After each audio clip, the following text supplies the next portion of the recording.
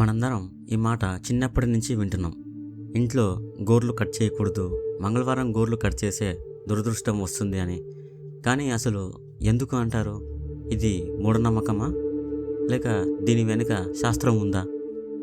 ఇది మన తాతల కాలం నుంచి వస్తున్న ఒక నిబంధన. కానీ ఇప్పుడు మనం అడుగుతున్నాం, గోర్లు కట్ చేయడంలో దురదృష్టం ఎలా వస్తుంది? దీని వెనుక అసలు రహస్యం ఏంటి?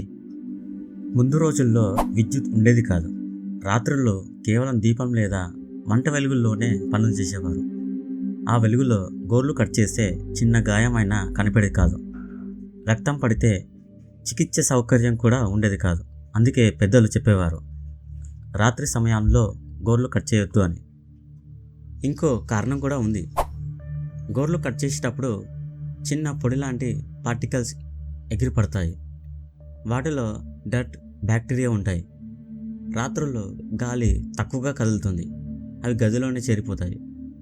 తర్వాత ఆహారంలో లేదా ఇంట్లో పడితే ఇన్ఫెక్షన్కి దారితీస్తుంది. అందుకే పగలే కట్ చేయమని చెప్పారు. ఇంకా ఒక కోణం ఉంది.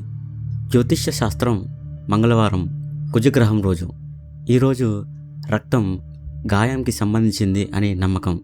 అందుకే ఈ రోజున షార్ప్ ఆబ్జెక్ట్స్ లాంటివి అవాయిడ్ చేయమన్నారు. ఇది భయపెట్టడమే కాదు, ఆ రోజున విశ్రాంతి తీసుకోవాలని అన్న ఒక ఇండికేట్ మాత్రమే. మరొక ముఖ్యమైన విషయం, ఇంట్లో గోర్లు కట్ చేస్తే అవి నేల మీద పడతాయి. అవి చిన్నదైనా సరే చెత్తగానే పరిగణించాలి. ముందు రోజుల్లో బయట ఆవరణలో కట్ చేస్తే సులభంగా శుభ్రం చేయగలిగేవారు. కానీ ఇంట్లో కట్ చేస్తే అది అశుభంగా పరిగణించబడింది. ఇప్పుడు మనకు కరెంటు ఉంది, బ్యాక్టీరియా నివారణ కూడా సాధ్యమే.